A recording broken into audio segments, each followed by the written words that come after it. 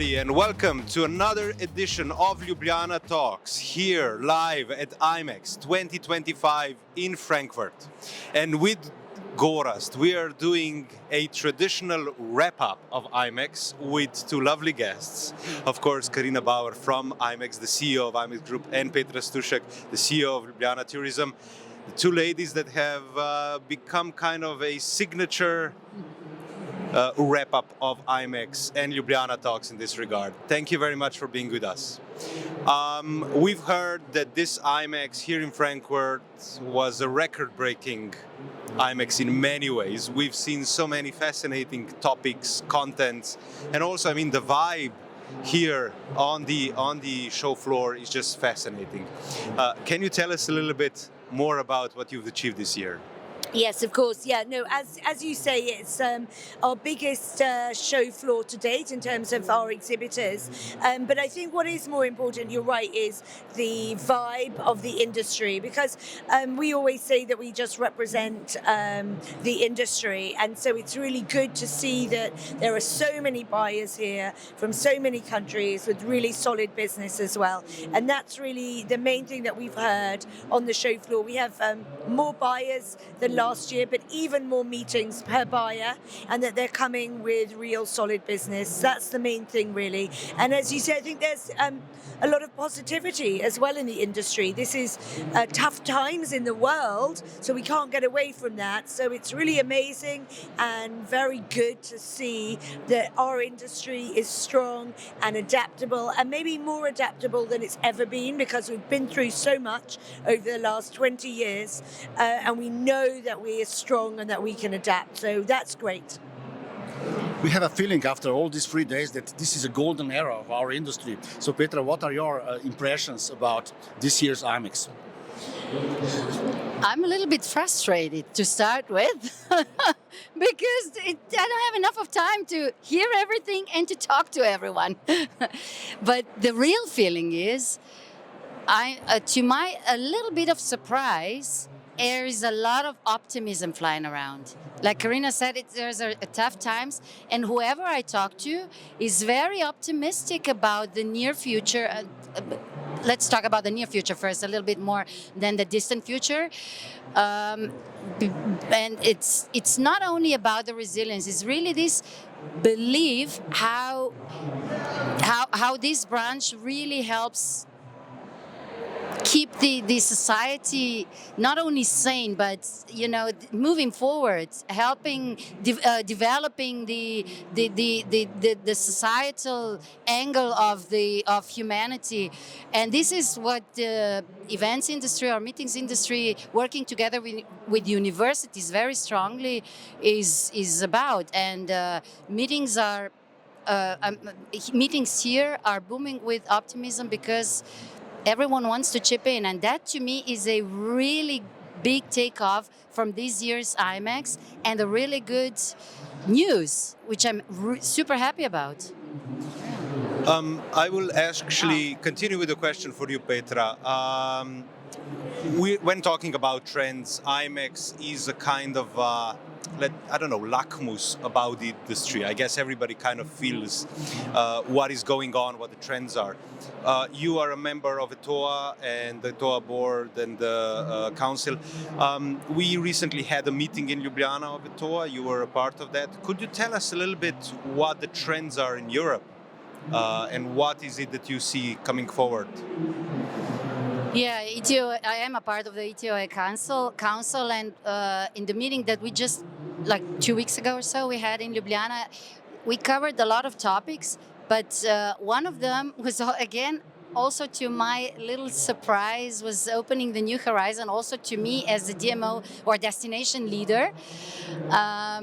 We would be talking a lot about not about the meetings event segment, as more about the leisure segment from this perspective.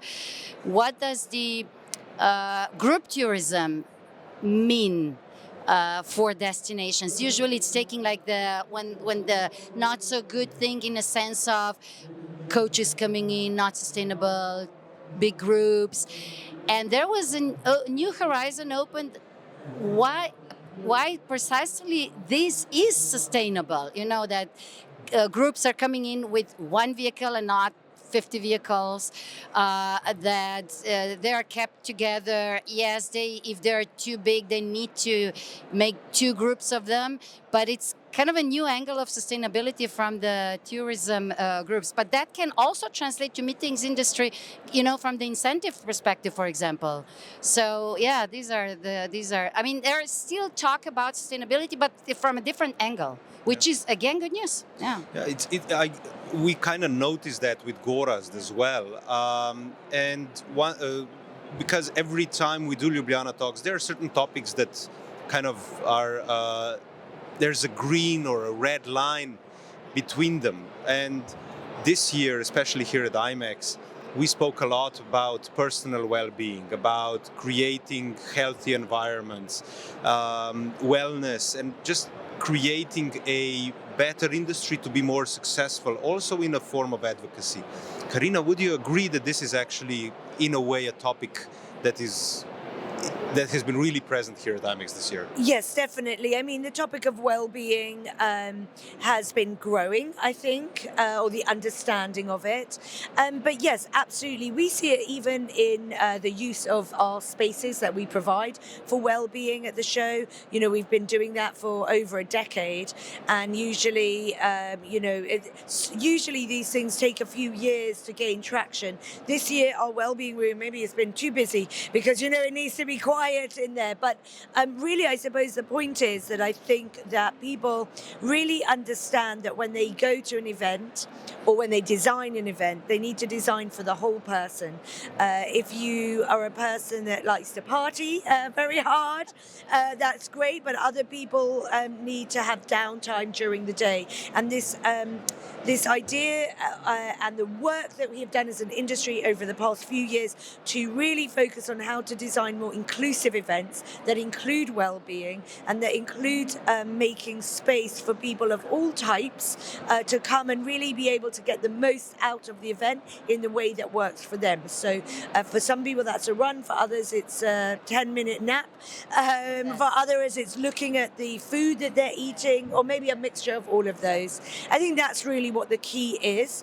And I think what's good is that people are doing that for themselves when they come here, but also hopefully designing more inclusively and more thoughtfully. And coming back to your point, Petra, I think that knowledge and that understanding that as an industry we can really help the world and help businesses in this time of difficulty for geopolitics or this time of potential concern and possible recessions and things like that are being talked about, that this industry, if the events are designed right, can really help all of those different sectors to drive forward their own objectives and growth. And so that's what I see as the major trend that's been developing over a number of years, but people really get it now in the industry and what it means. On top of it, we feel that you are also myth-busting, like mental health. That's quite interesting topic. So we were surprised that there was a lot of presentations about that. You are quite brave in opening that myth. Tell us more about that. What is next, actually? What we can expect in the future, Yeah, again, it's about ensuring that this experience for people delivers, of course, on their business. That's, the majority of people are here for business at the end of the day. But that when they're here, we're here all week, and we can also have an opportunity to have some fun and to have some learning and to share with each other in a deeper way. And maybe outside of our home and our businesses, it gives people an opportunity maybe to address topics that is more difficult for them to address with people who they're close to. So what we've been doing is tough talks, and these have been on issues like dealing with grief, for you personally, dealing with grief in the workplace, men's mental health, all sorts of different topics. We discussed the menopause as well and how workplaces are dealing with that. So topics that are really very important to people personally and gives them an opportunity to learn from others, to get some advice, and maybe for some a catalyst to do more as well with that when they get home. And we've had really good feedback on topics like that. It's unusual in an event, a business event like this. It's not for everybody, but for those people for who take part, it's very meaningful and it can be a catalyst for change. Absolutely agreed. Petra, maybe this is a kind of, we are closing the circle of sustainability with these topics too. What is your opinion about it? This is now really a regenerative approach, as we are preaching for a long time. Yeah. True. Definitely is kind of bringing the circle together, which was open for such a long time. I can tell you from my CEO hat, of course, I have also big bosses that are kind of, they need to pressure me, and there are more and more pressure from bottom up. Who's taking care of CEOs? Basically, no one at this point. So these are the places where we are discussing the things. I mean, in theory, you're not alone, but in practice, it really helps to shed the light on it and talk about it. So that we do have places like this to openly talk about the topics which not so long ago were not being considered as being appropriate to be related to businesses or to show vulnerability. Thank God that we are opening these themes and talk about it, Up until to the run, as Carina mentioned, I was yesterday really part of it. It's not only about the energy, but my favorite photo was mine, which I took at the run, because the two gentlemen in front of me gave me pace while running with not only good mood, but they were wearing masks. And the lady in front of them was in a wheelchair. And I was like, yes, this is finally the inclusivity per se, This is amazing feeling, amazing, yeah. It is really something that we can agree on, that IMEX is helping to break these taboos. And we had yesterday a really lovely conversation with Chiara Gallagher from Fulcher, Ireland.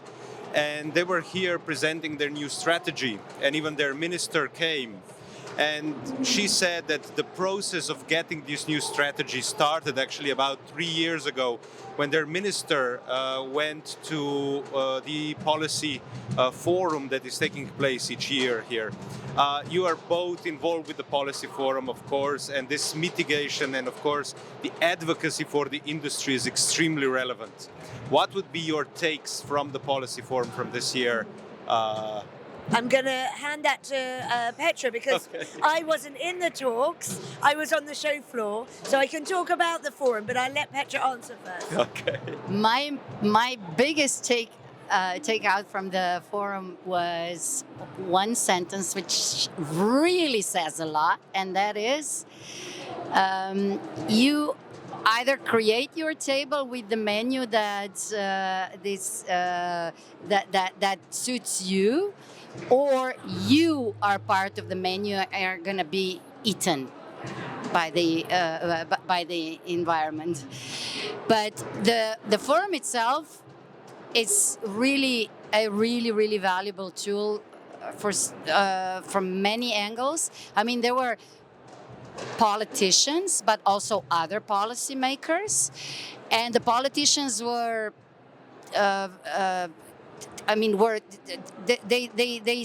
They really were participating and sharing their points of view, which is very valuable, because we don't either destinations or other policymakers do not understand their point of view, and vice versa. So it's a really valuable exchange of conversations, because how it does is there are two challenging, the round tables on the podium, and then there are round tables in the floor talking among ourselves and then sharing the outcomes with everyone. So there is a lot of, the flow of information is very vivid and very good, because it's very relevant to everyone there. And to me, it was really valuable that I got to sit with one of the politicians from India and one of the policymakers from Saudi, and it got me completely new perspective, and that is what I need, to really be able to focus on where the new trends are going in our destinations, and to be able to pass the information along also to our policymakers and to our politicians. Amazing.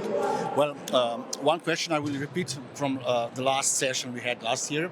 Will AI replace trade shows like IMEX, and will AI replace destination management organizations, so that we can compare a little bit your view, during the time? So what do you think? So I'm not sure what I said last year, but what I think and what That's I the whole probably point. said is no, AI won't replace our industry, and it won't replace meetings and events. I was actually on a panel yesterday with Kai Hattendorf and Reggie Agarwal from CVent about the state of the industry, and we spoke about AI. And really, I believe what I always do with technology is that AI will change our world, but it will make what we do more effective, more efficient. I already think that younger generations in particular, and even old people like us, are coming to events for different reasons than they did 10, 20, 30 years ago.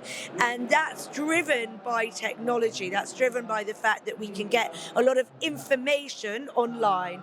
But we come to events to create relationships, to make human connections, to share and problem solve with our peers. And we want to do that in an efficient and effective way. And we come for human-to-human contact. And actually, technology and AI in particular will, I strongly believe, continue to drive the increasing need to be with humans face-to-face. And also, events are the only way, or when you are in front of someone in person, it's the only way to really develop trust, because you can't do that over a screen. In fact, with AI, in fact, that's getting harder because we don't know what's real and what isn't. So getting people together face to face, whether that's for business or leisure, I think will continue to be the pinnacle experience, and I think that will just grow. What we need to do is use AI to make our organizations more efficient, to make us as individuals are more efficient, so that we can spend more time on the design of the experiences to make sure that happens well, on that higher level thinking, rather than just the tasks. But no, my belief very strongly is that tech is always an enabler, not a replacer of events, but it replaces some administrative tasks. Yeah, I couldn't agree more. I'm amazed with the question if it's going to replace, but why would it replace if it's only a tool? A tool cannot replace something, a big process. It can be add on, but it's like with basically everything, garbage in, garbage out. So if we are not careful what we put in, then we're going to be in trouble. But we're going to create that by ourselves. So my really strong opinion is that with the AI can really also to DMO or even tourist information centers can be a big help, because even my colleagues are sick and tired of the everyday repeating the same answers to the same questions, like where is the nearest toilet, where is this and that. That's the perfect tool for AI to cover, Whereas these same people can go deeper into what the values of our destinations are, and what do we derive from it, how do we live, and that's where the especially younger generations can really find their purpose and meaning of their travel to that particular destination, and that's a win-win situation. That's basically the enabler to get them back. That's what we are strategically all of us working on it. For example, So, I mean, AI has a lot of traps, but it has also a lot of potential to use it for good and to get rid of the repetitive tasks, even in the organizational side of DMOs or events or other organizations involved in the managing or organizing side of the business events to get rid of the repetitive tasks. Very good. This morning we talked a lot about joy and happiness at events, how to create that, measure that. What was the most joyful moment for you, Petra and Carina, this year at IMEX? You mean overall? Overall. Overall was really for me the yesterday's sun when running around the river, which I wouldn't experience if it hadn't been for IMEX Run. But it's hard of. Ooh, that's a really difficult question to extract only one thing, but Tell us more.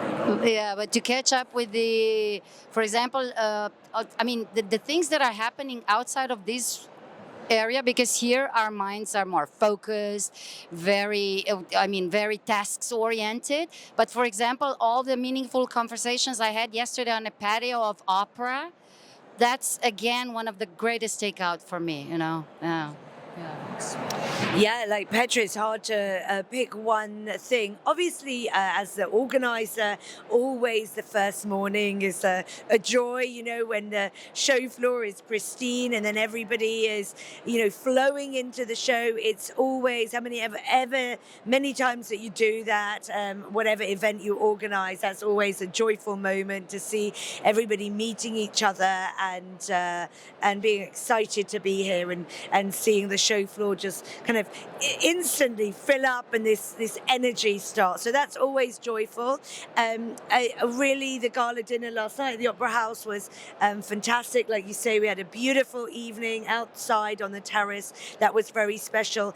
And for me, one of the most joyful things at the gala dinner is always the Academy Awards, the Paul Flackett Academy Awards, where we honor people in the industry. Sometimes we also honor those people who are more unsung heroes as well, who've been working for years in the industry doing amazing work. What I love is that it's always a surprise for them, and it is, I always try to sit at least close to a couple of them, and it's such an amazing moment when you see their reaction when they start to realize that maybe it's them that have won, and they're really so emotional about it. And that is, I love to see that. It's very, very special, and that always makes my evening. Can I just add to so by the way, we're gonna watch next year Where Do You Sit? No, but I would now I forgot what I wanted to add. I wanted to add something that regarding the joy. Oh yes, I know. The word that was floating around yesterday a lot was loyalty, which is again Ray and you, how much loyalty you put into these awards, that the people are really awarded who were loyal to the business, who are really building up, who maybe are even retired already. And that's again an important message. So thank you for that. Yeah. Thank you. Sorry, I really needed to add that. Yeah. You actually kind of. It's incredible. I think of a question and you answer it before I. So great minds. Exactly. But I would like to ask you one more question, and that is similar to loyalty, is stability. I think IMEX and everything you do, all the partnerships, all the activations, all of the do what you say and what you actually do, from event design, the development, the education, tackling hard topics. What is the future? Very briefly. Well, I don't know what the future is, but all I can say is that's what's at the heart of our business. That's how we operate our business for our team and also for our clients. We try to, whatever we would do for our team, we try to do for our clients and vice versa. And so that sort of fundamental value of delivery, of transparency, trust, authenticity, of doing our best, really. I mean, I guess that's all we can do, is to do our best for the industry. But our team are very passionate about the industry. So that's probably, I think, what you feel and what you see, because they're in the industry, they're thinking, I don't know what the future is, but what I do know is we'll find the future together with the industry, and that's what's important. And we don't get it right every time, and that's okay. We try to just share our learning for the benefit of everybody else, but also we're always trying to read widely, see what's going on in the rest of the world, and think about what the future might be for the industry so that we can bring it in early. That's really what we're trying to do, kind of that leading the way. So things like the tough talks or the menopause, I remember when we first started talking about that, some people were a little bit surprised. Now it's very normal in the general media to talk about those things. So that's what we're always trying to do, look at the landscape and bring things to the industry a little bit earlier than maybe would be here otherwise. So I don't know what the future will be, but we'll keep doing that. Okay, great. Petra, what about you? What do you think about it? What's the future? The future is that we have to get comfortable with the fact that we'll constantly be uncomfortable. Okay. That's it. We are coming to the end. Since Jure is standing up, that means that our time is running out. Well, the last question is a very simple one. Why meetings and events in just 3 words? Both of you. Try to choose and pick up 3 words. Gosh, on a Thursday It's really difficult, morning. I know. Yeah. Why meetings and events in 3 words? Oh, 1 word. Oh, 1 word. Trust.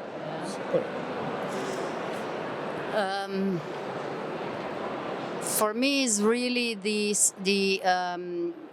not only the upgrade, the development, the trying to find the right word, the right word, but working together, the meetings or events industry with the science milieu, that really brings humanity further, and that's really important. What we do here. Yeah. Here we come to the last part, our fire questions. Left or right side of the brain? Which one is which? Right is creative, left is right for me. Okay, thanks. Petra, books or movies? Still books. Yeah, because it gives me more. I need to concentrate more. Carina, running or swimming? Running. Petra, red wine or white wine? Always red. Oh, can I answer that one? Champagne. Very good one. Bravo. See, for me, it's always red. Good. We're a good drinking buddies in that sense. Amazing, amazing. Thanks for being our guests. Congratulations for one amazing edition, another amazing edition of IMEX, and all the ideas you're sharing openly with us, inclusively with us, and hope to be here again next year. Jan, and the last word is yours. I must say that this IMEX was exceptional. As Petra said, we could keep on going. And I think that's a really beautiful message from our side as exhibitors, as partners, as simply being a part of the industry. It's very exciting. So thank you both for helping us co-create this wonderful event. Thank you. Thank you. Likewise.